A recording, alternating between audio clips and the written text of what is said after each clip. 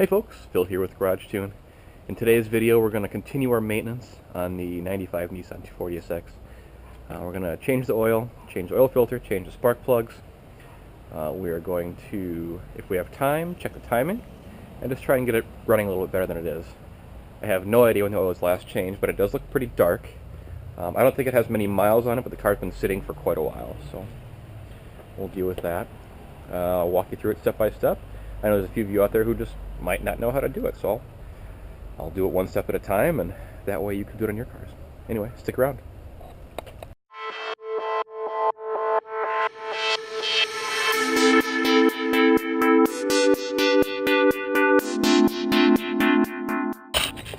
So we have kind of a dilemma. I haven't had this happen before. In jacking up the car, trying to figure out a place to put some jack stands, in this case cinder blocks. I had the hand jack at a bit of an angle, and as you might be able to see here, it is now leaning, which is not good at all. I hopped in the car carefully and put the e-brake on, so now I'm going to try and lower it back down again in hopes of it not falling and creating a crazy event.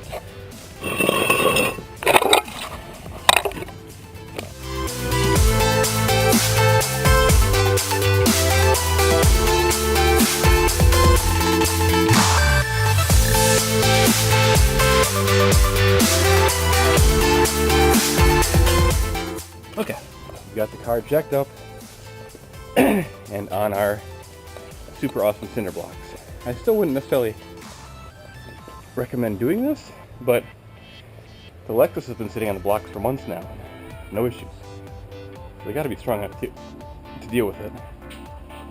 For added safety, I put the jack under the car on the front cross member, so just in case cinder blocks fail, that's still there. All right, I'm gonna pop the hood, and then we'll continue. Okay, before we start down below, let's come up above here and check a couple things out. So let's check the current state of things, besides spiderwebby. We have oil, it's not terrible, and it is to the appropriate fill line. Okay, so I'm going to put the dipstick back in, but I'm going to leave it out just a little bit, leave it hanging. And the reason for that is I don't want to create a seal where the hole here being sealed would prevent any oil from flowing out the bottom. I'm also going to unscrew the oil cap up top here.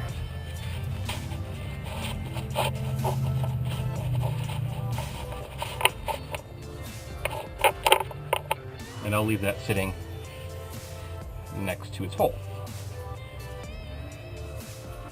Carefully wipe any gunk away from the oil filler hole here so it doesn't fall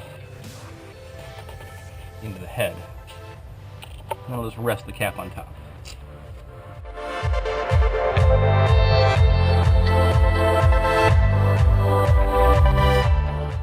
Okay, so down below the car now, we're going to undo the nut here in the bottom of the oil tank.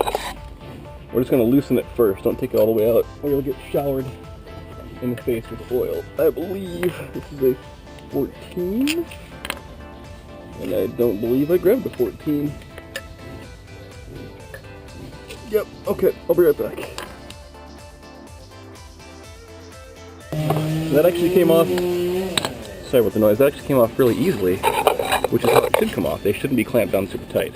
So, now that I've loosened it, I'm going to take it off the rest of it by hand, make sure that I've got the oil pan underneath here, ready to catch any oil when it comes out.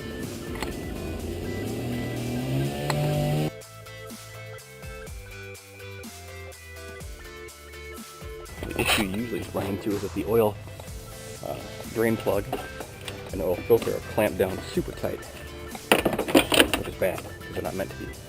But the drain plug was actually put in appropriately, seemingly by hand, so Let's hope the oil filter down below is the same way.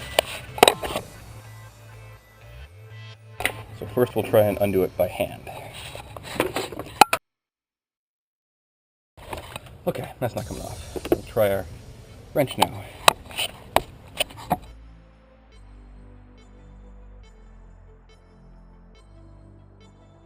If any of you have a secret as to how to do this, I would love to know it, because on every car I've ever done, it's always a pain.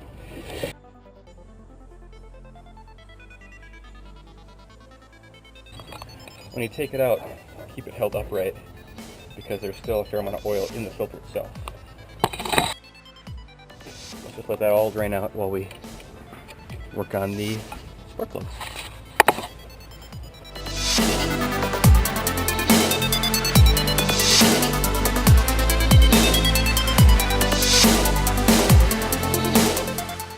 Working on spark plugs is kind of nice because they're all pretty much standardized sizes. So this is a 5/8 inch spark plug wrench or socket.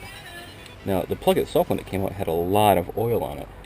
So that would tell me that the valve cover gasket's probably bad. What makes a spark plug wrench unique is that it has, you probably can't see it, there's a tiny rubber piece in the middle that holds the spark plug, so you can actually pull it out of the little spark plug hole there.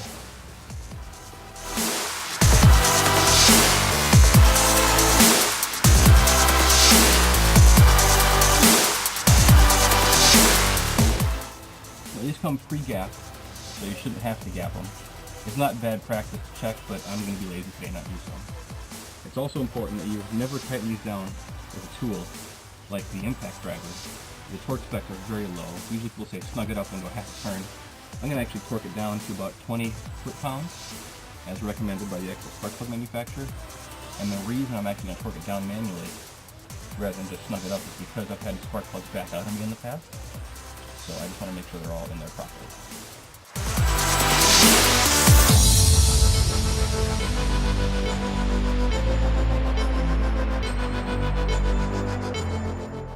Okay, I'm actually going to torque it down to 18, which is kind of on the low end, but like I said before, I'm just always cautious about spark plugs.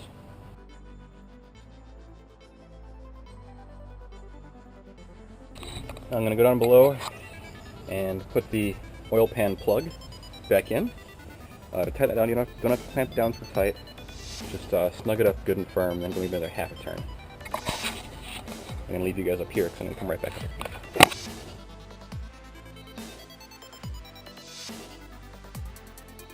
Now, you're ready to put the oil filter back in.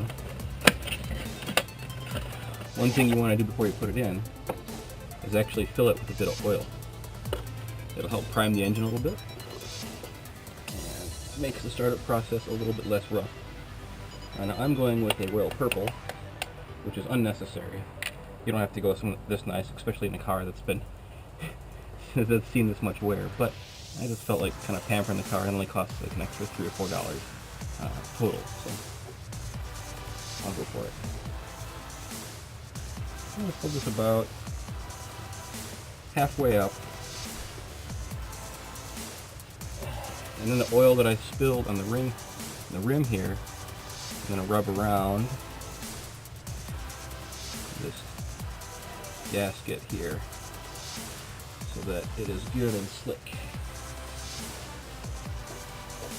Okay. And then this just carefully goes on the same way it came off.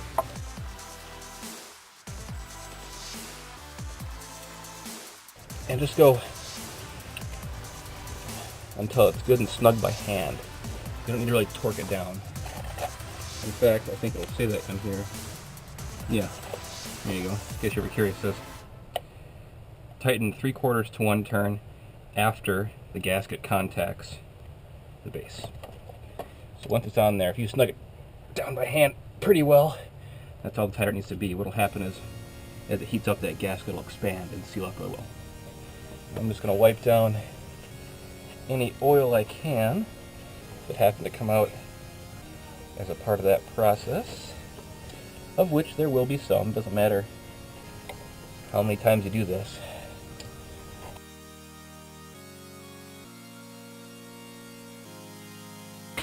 Okay, now we're going to fill the engine up with oil. The KA takes 5 quarts.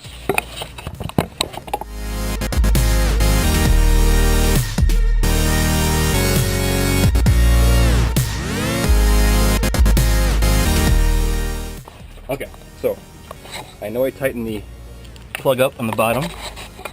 I don't see any drips. I'm going to put the cap back on top, and then we are ready to start it up and test it.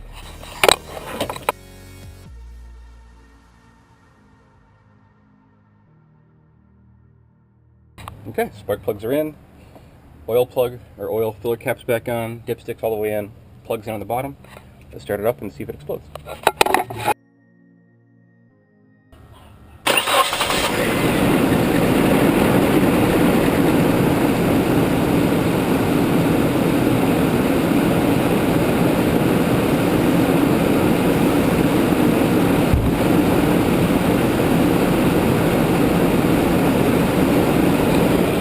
You could probably hear it. It didn't fire up right away, and what I was doing was just trying to get it to turn over a couple times so that I can prime the oil pump and get a little bit of oil circulating through. But it actually fired up better than it's fired up ever for me. And usually it idles very poorly at this point. Right now it's idling strong. Maybe the spark plugs are crappy, I don't know. But we're going to let it warm up, and then if we feel like, we'll check timing. Okay, rather than try and jack it down, I built a tiny makeshift ramp out of wood on each side so I can drive it off the cinder block. Let's see how it works.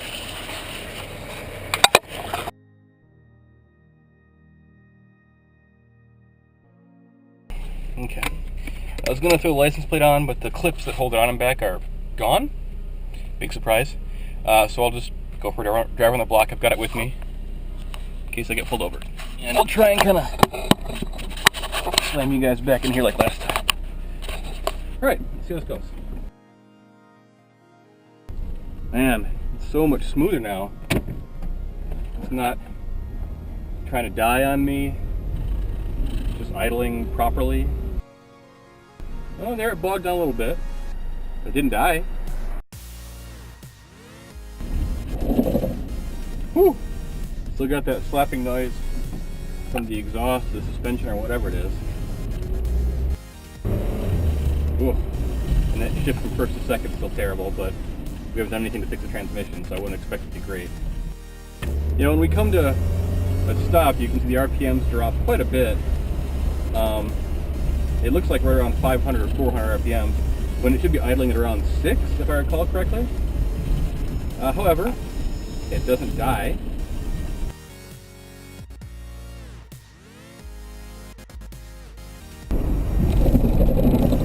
Oh, man, there's so much stuff just flopping around.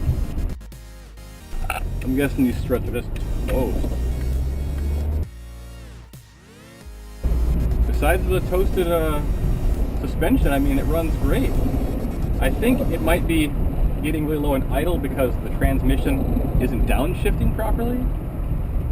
I'm just guessing. But it hasn't died like it did last time. And that could be because we've got some new fuel in it. It could be because we got some new spark plugs in it. Whatever the reason, it's driving pretty well. So hopefully on Monday, I will order suspension for it. I'm going to be out for a week for work. So if all goes well when I get back, my suspension will be here. We'll swap that out.